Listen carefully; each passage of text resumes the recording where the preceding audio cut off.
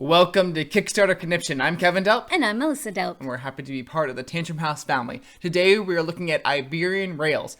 It's an auction and route building game for 2 to 5 players, and it's coming to Kickstarter this December. Now you're trying to earn the most money by investing in railroad companies. So the more successful the railroad is, the more valuable its stock is going to be. Here's a look at the prototype components. The game comes with a board, stocks for each company, railroad pieces, money, character cards, and for each player, there are hotel tiles, markers, and a player screen.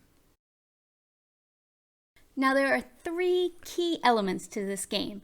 You have the bidding for stocks, the selecting characters, and then building tracks. At the beginning of the game, there are 6 auctions, 1 for each railroad company. These auctions are important because during the game, players don't take turns. The CEO of each railroad company takes a turn. The CEO is the person who owns the most stock in the railroad company. Now to take over as CEO, then you have to get more stock than the previous owner. And believe me, you really want to be CEO. Yeah, you're the one then that gets to decide what action that railroad company takes, whether it's building tracks or holding another auction to buy another piece of stock. But there is another aspect to the game that influences what you can do as a CEO. At the beginning of every round, each player chooses a character. The characters show the building costs for the tracks and which types of auctions, either open or closed, you can perform. The character you choose will apply to every company that you control. Many of the characters also have a special ability. Things like letting you put hotels on the board, or giving you, or maybe the railroad company, extra money. The way money is used is really interesting in this game. Not only does each player have money, but each railroad company has money. During the game, certain actions or rewards will give you, the player, money, but other actions give the company money. The different uses of the money can be a little hard to keep track of when you first start playing this game. You have your own money, and that's used in auctions when you want to buy stock, but you cannot use it to build tracks. You see, the railroad company that's building the track has to have enough money to pay for it. You really have to manage your money well and the railroad monies well that you control. The only way to increase the value of your stocks is to build tracks through cities. And to build tracks, the company has to have money. And now we're back to the auctions again, because companies get money when their stock is bought through an open auction.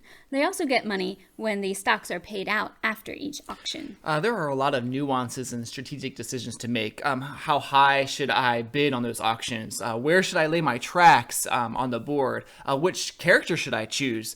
And the aspect of the companies taking turns instead of the actual players taking turns makes those stock auctions really important.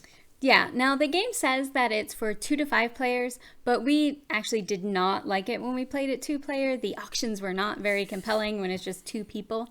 We played with 4 players and it was much better. I really like that. Yeah, the auctions were more compelling. There was, tension about who's going to drop out first, and if I drop out, will someone else bid up that other player, or are they going to get that stock for a steal?